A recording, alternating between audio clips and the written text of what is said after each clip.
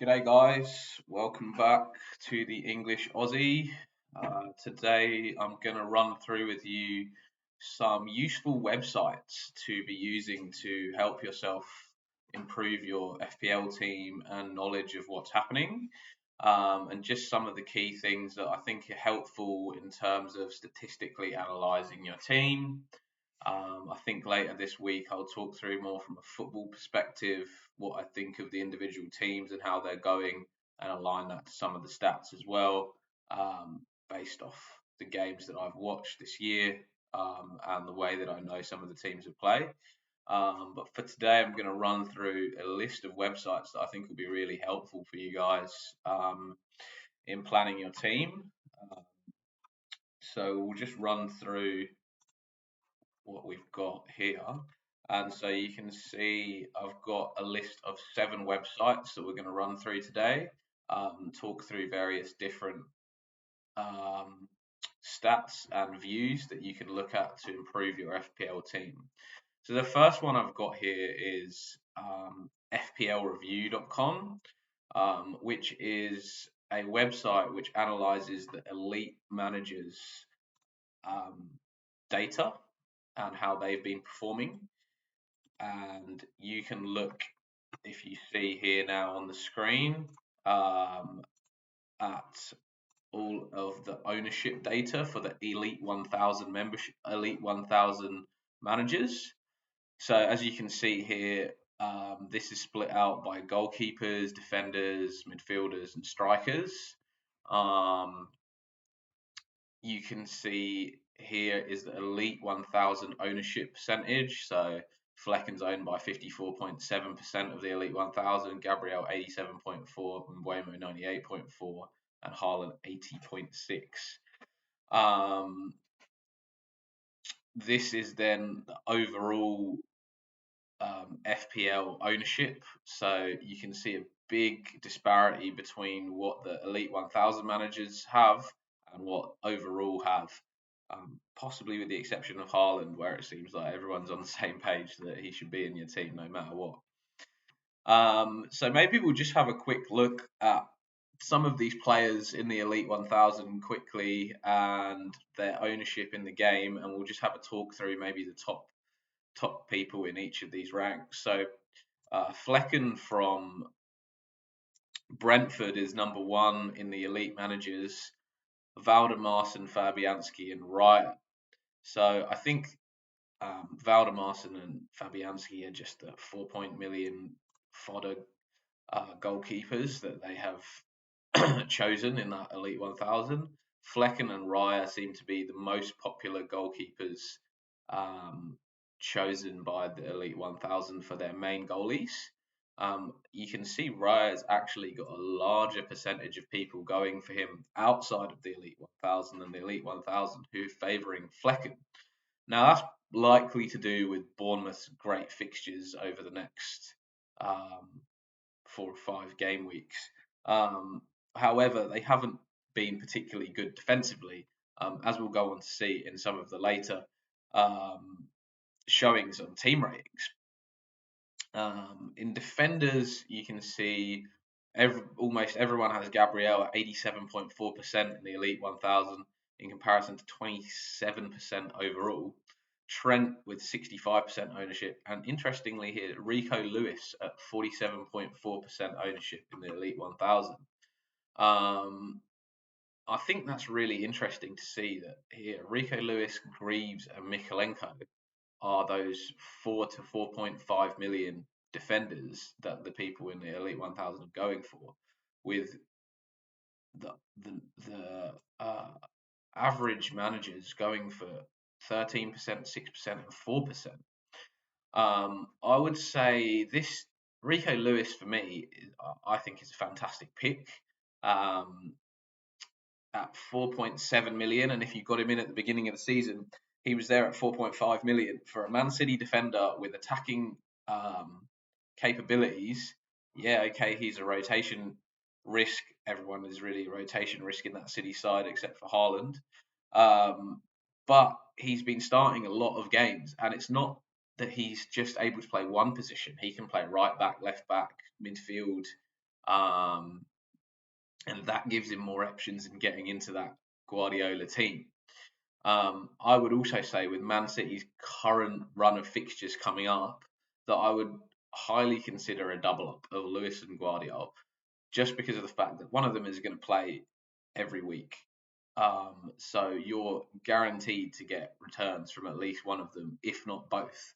And although Man City's defense has not been as good without Rodri this season, it is a very good run of fixtures. And Man City being the team who have a lot of possession, it's likely that they're going to keep a couple of clean sheets over that run, even with their slightly worse defence this year. Greaves and Mikalenko, very interesting 4 million defenders. Mikalenko, I think, also with Everton's great fixture run, is being looked upon by managers as a budget option to allow them to put money into their team elsewhere. Greaves with his attacking output for Ipswich, which we can go on to look at some of that creativity when we go through some of the other websites that maybe show XG, XA, and we'll maybe have a look at Greaves and how he's tracking.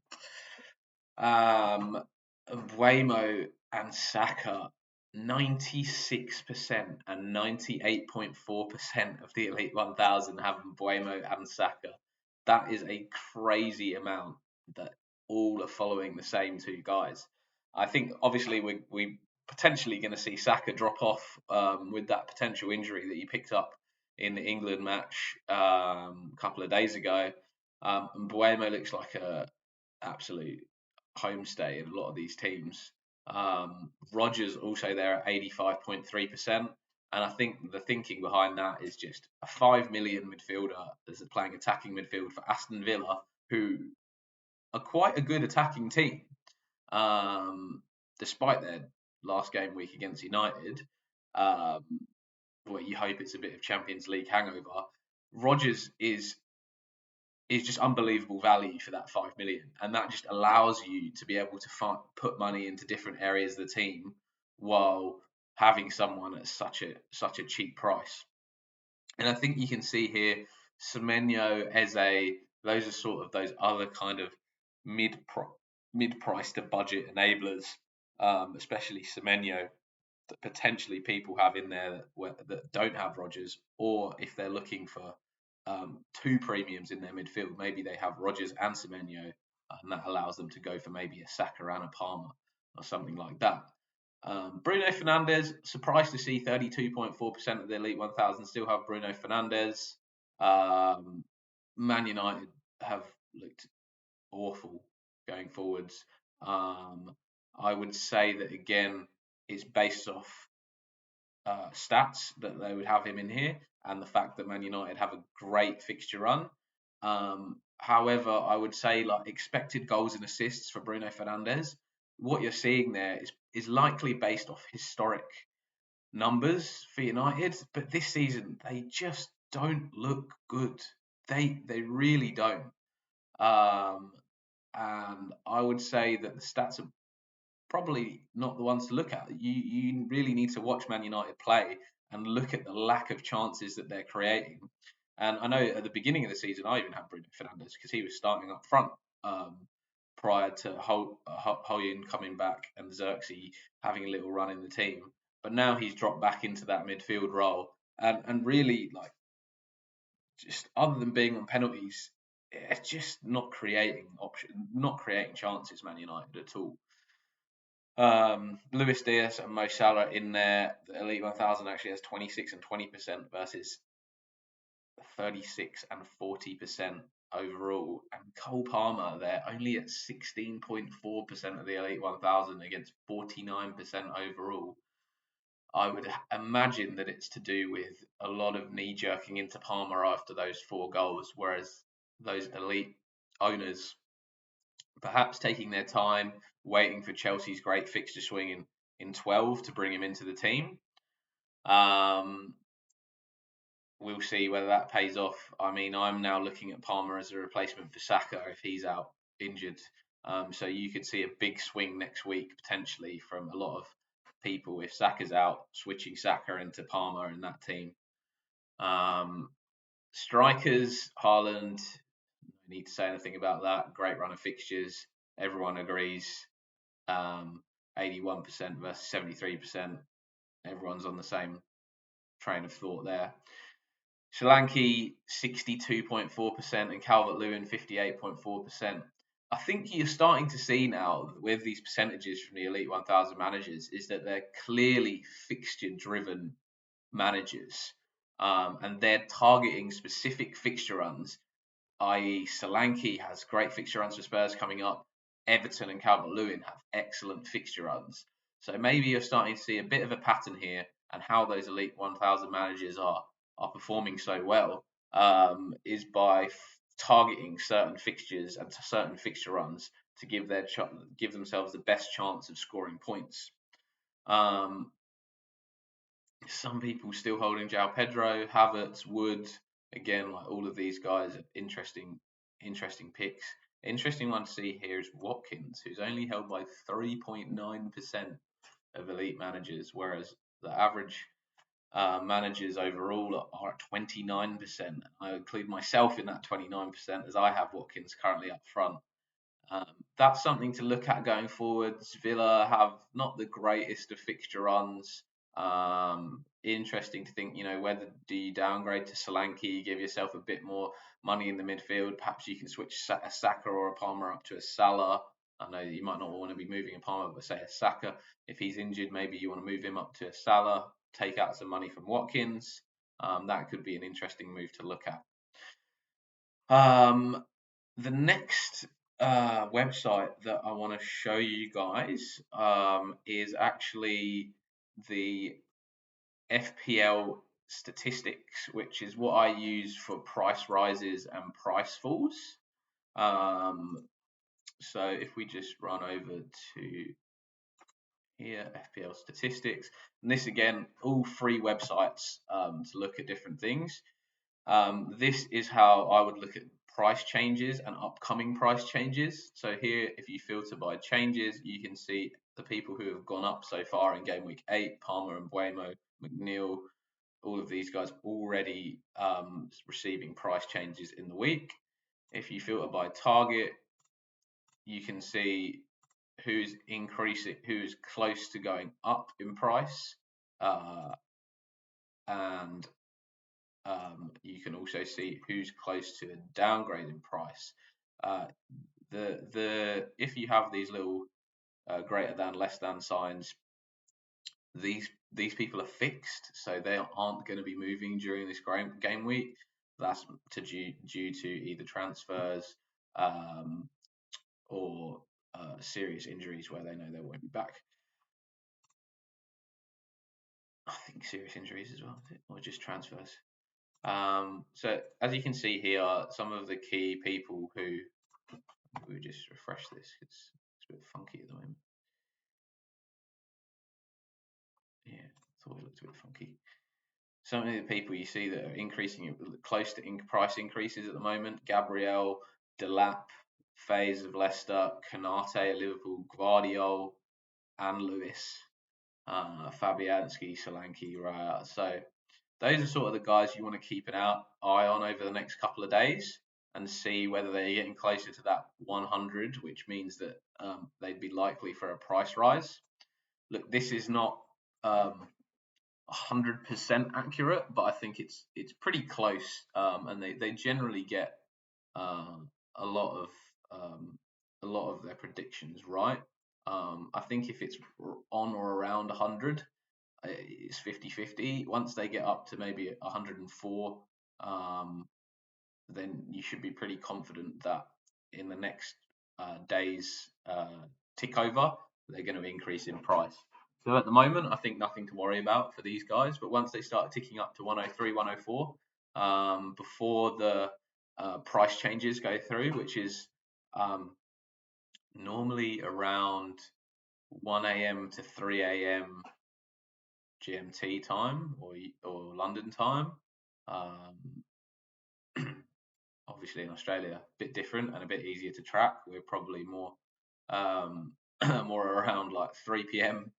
to 1 p.m. to 5 p.m. around that sort of time zone here, which is pretty good for us. We can wake up and have a look through stuff. So interesting to see. Those are the guys that look like they're going up. You can see some of the people that have already gone down this month, this game week. Doku, Jorginho, some other Luis Diaz down one, Darwin. Yeah, so lots of price drops this week, and yeah, some to come as well. So I think that's just an easy one to know.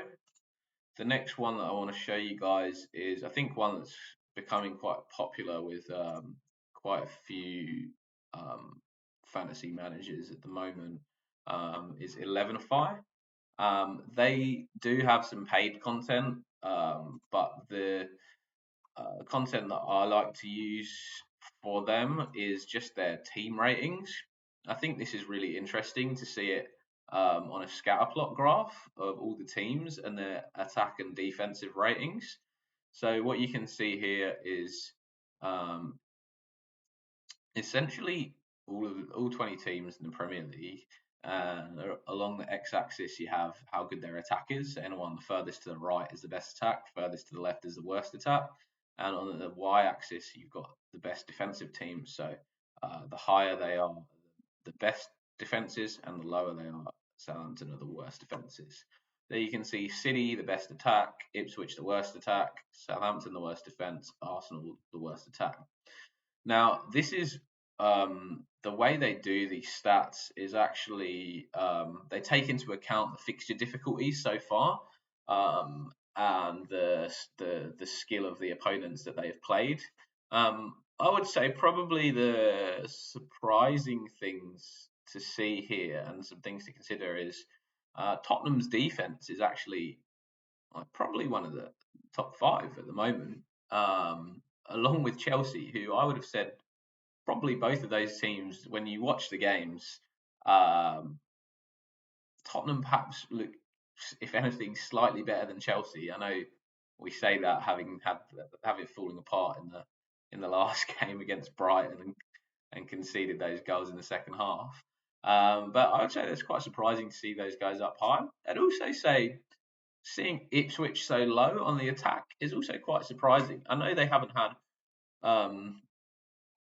I mean, they've had some tough fixtures, so perhaps even the data that they're using here, um, it's obviously hard when you've had a lot of difficult fixtures to factor in how good or bad someone's attack is. I think Delap and Ipswich have gone forwards and have created chances, and I'd say their attack's not as bad as we're looking at here. The rest you can see defensive wise, it's all quite tight in that sort of middle bunch, and then you got Wolves, Ipswich, Leicester, Southampton, who, in my opinion, these are the teams that you got to be targeting. There's a few others. If you look at the league table, have a look at the teams that have conceded the least goals.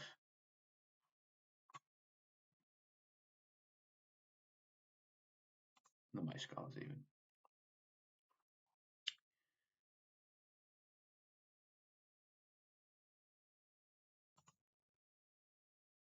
So if we're looking here, you can see here Wolves, Southampton, Everton, Ipswich, Brentford, Leicester, West Ham. These my view is these are the sort of teams that you need to be targeting and bringing players in to play against these sort of teams. I know Wolves was probably 6, I think it was, wasn't it, against Chelsea, which is probably a big swing in there. But I mean, they have been poor. They have been poor defensively, and that's why you can see here that you got these 4 teams right at the bottom. And other than Leicester, who are, maybe 6th most goals conceded, Wolves, Southampton, Ipswich are all in that bottom 4, along with Everton, Brentford, and West Ham, who you can see here are also going to be quite low. You can see West Ham quite low on defence, Everton and Brentford all sort of in that bottom level. Maybe Everton slightly higher, given they're coming off a clean sheet this weekend, has probably boosted the data that's being used in here. But I would say also um, not a fantastic defense. Perhaps picking up slightly now with Braithwaite coming back in. So maybe they're not the ones that you want to target. So I would say here there's a clear 4 defenses that you want to be targeting to have your attacking players playing against. And I might put out a video this week showing who are the key teams, who are the teams that play against these 4, and who are the key players that you want to target going forwards as attackers. The next website that I want to show for you guys is the FPL and this is interesting as you can use this to look at both your live rank. So you type in your team ID here, you hit let's go, you guys know my team ID, and then you can look at your team versus, for example, the top 10,000 overall, and you can see how you're performing in any specific game week. It's quite good as it was live. It will update these points live as the players are playing, including if they're due for or in the top 3 for any bonus points. And you can see how other things that happen affect your bonus points. So, for example, within that top 10,000, which is what I'm comparing myself to at the moment, a Welbeck goal cost me 0.5 points because there's a few people that would have had Welbeck. Johnson's improving me points because not a lot of people have Brennan Johnson, and you can see for each impact that happens throughout the week how good or bad that is in comparison to what you're looking at. The interesting thing I think on this one is you can actually compare it to your mini leagues. So, for example, if I was to take Parkside Premier League mini league and have a look, you can see that actually some of these things have different impacts. For example, Welbeck's goal minus 0.4. Obviously, less people have Welbeck in this mini league, and Brennan Johnson's goal is much more worth it for me. The other thing you can see in here is you can actually see in your mini league who has played their chips and what chips they have played.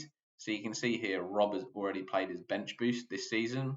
So this allows you to sort of, when you're competing against these guys, see what, perhaps somebody slightly ahead of you in your mini league, but they've played their triple captain already and triple captain Haaland earlier in the season. You know that at least you've got that chip in hand to use on them. So even if they're maybe 10 points ahead, you might think, yeah, okay, but I can catch that up later with a good triple captain. And this is the same thing across all of the leagues. You can see different things. Yeah, and you can see the wild cards as well that people have played.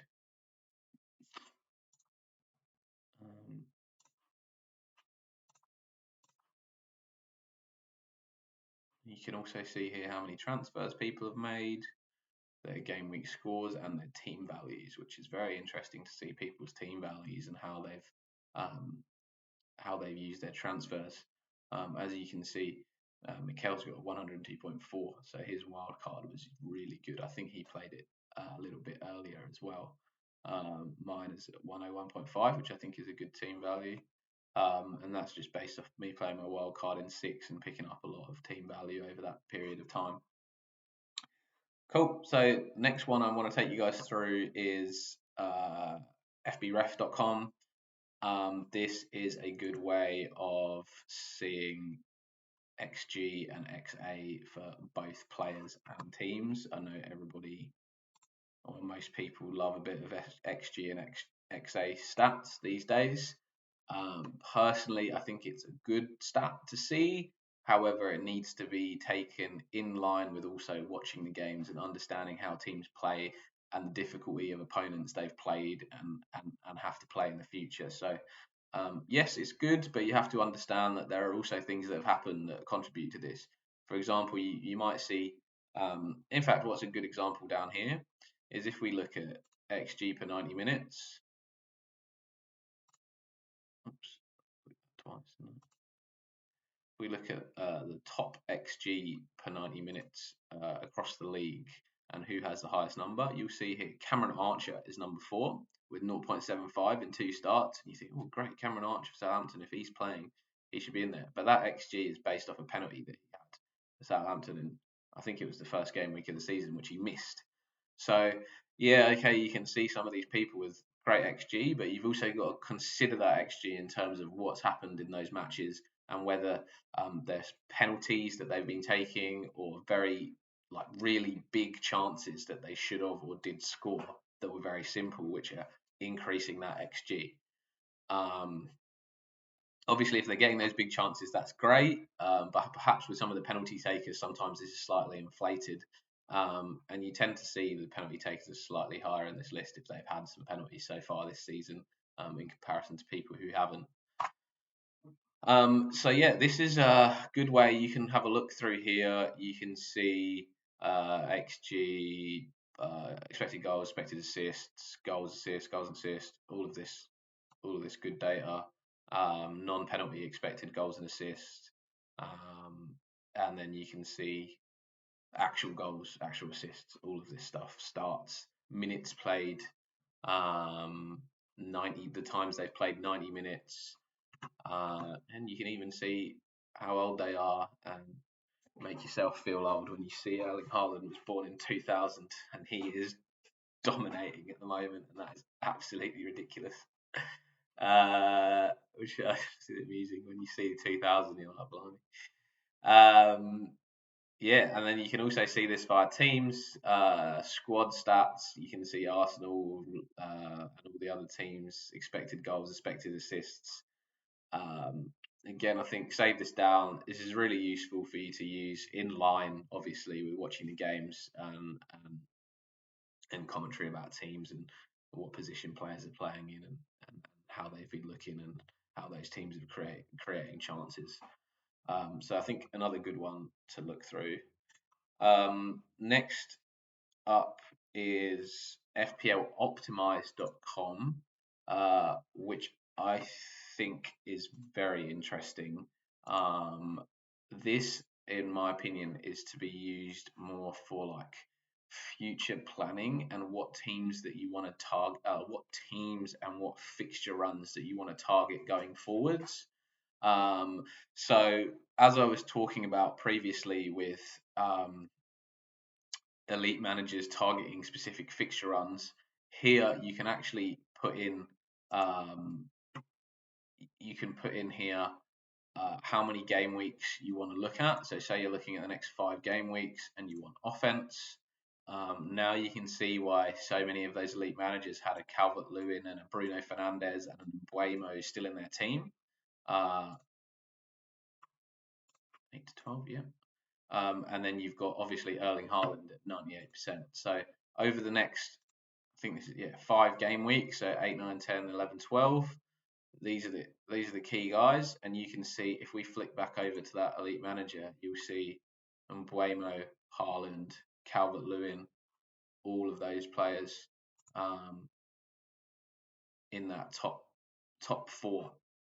Bruno Fernandes as well. They're at 32.4%. So you can see here that they're really targeting these specific fixture runs. I'd say with Spurs, now I think Spurs is an interesting one, and the fact that people are bringing in Spurs assets and talking about Spurs' run of games, I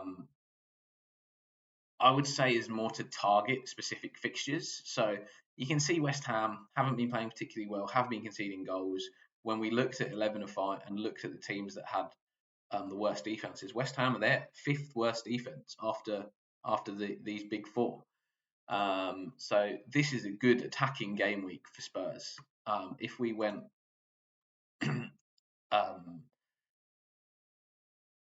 if we went and looked maybe overall, you'd see things shift slightly, and you can see now there's a different lineup. And defensively, again, you see actually Spurs drop down a little bit there. So although they're only in the middle of the table here, I would say that there are specific game weeks that you're targeting over these next 5 game weeks. And if I drop this to 4 game weeks, you see this Man City game actually makes quite a big difference. Spurs suddenly jump up to second. So really what we're showing here is West Ham, Ipswich, Palace and Villa actually all good fixtures. And you can see that here. You've got West Ham, Ipswich, Crystal Palace up here and Villa up here. However, you've got those 2 very good game weeks with West Ham and Ipswich who are in the bottom 5. And if you look at Palace and Villa both, they have conceded goals. Again, if we go back to our table, you can see here Palace with 10 goals conceded, Villa with 9 goals conceded. So it's not as if teams are not scoring against these teams. Like, they are conceding goals as well.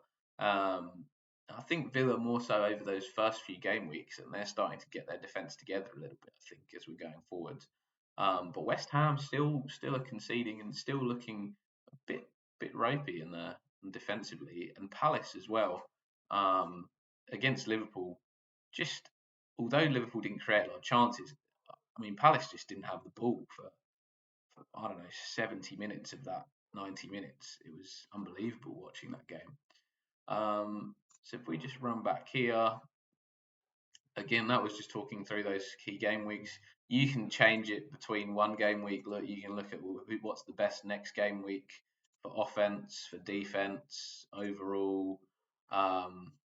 You can change it to look into the future. So you can look at game week 12 to game week 17, and you can be like, all right, what's the best offensive for those game weeks? You can see here, all right, maybe this is when I target João Pedro. This is when I bring double Arsenal attack into my team. Chelsea have a good game weeks in there. Get Palmer in. Defensively similar, I would say. Like Arsenal have a really good run of fixtures after that. If you put that to six game weeks from 12 to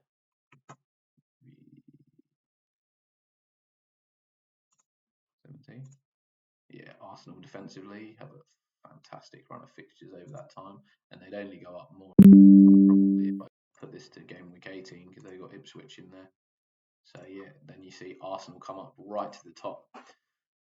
So same with Chelsea, to be honest. So you got to look at that and think, all right, maybe that 12 to 18 period is where I want to come out of my Liverpool assets, potentially even come out of Man City assets. Maybe that's the time to get rid of Haaland. And move on to some other Arsenal and Chelsea assets. Right, that's interesting. And the final thing I want to show to you guys, and you can obviously play about with that, and maybe if you want to leave some comments, let me know your thoughts, and if you have any questions, happy to answer those. The final one I want to go through with you is understat.com, which is super interesting, and you can actually see players' shot maps from here. So you, for example, they actually do it for all of the European leagues. So if you are interested or you play fantasy for some of those other leagues, you can have a look at that. For me, I am just going to show you. You can look here, and you can also see XG and XA for teams. But say we wanted to look at specific players, so we can click on Erling Haaland, or you can search in the search bar here for certain players. Set the season to this season, and you can actually see all of his shots and where he's been shooting from in this season, and whether they were from open play, from direct free kicks. He's actually had one from a corner, from the penalty spot, and from set pieces. So very interesting. And then you can see post goals, saved shots, block shots, missed shots, missing from there, unbelievable. So quite interesting. And here you can also compare players. So if you wanted to compare Haaland to Palmer, for example, and you could compare him by expected goals expected assists and key passes, and you just see, look at Ireland here for goals, just dominating, but then for key passes and assists, you got Palmer in there as well.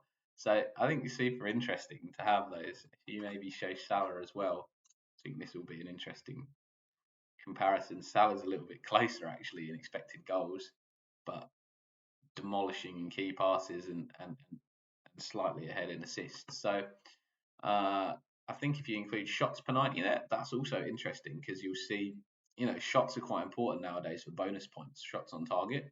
So I think it's quite an interesting thing. You can have a look at these maps and where players are shooting from and how many shots they've had and the results of those shots. Which I think this season is more useful for predicting bonus points. So I would say Mo Salah here, you can see where he's shooting all his shots from at the moment. It's all around this classic Salah cut inside, hit into the far corner area. So yeah, those are the key FPL resources that I wanted to share with you guys that hopefully can help you improve your own FPL team.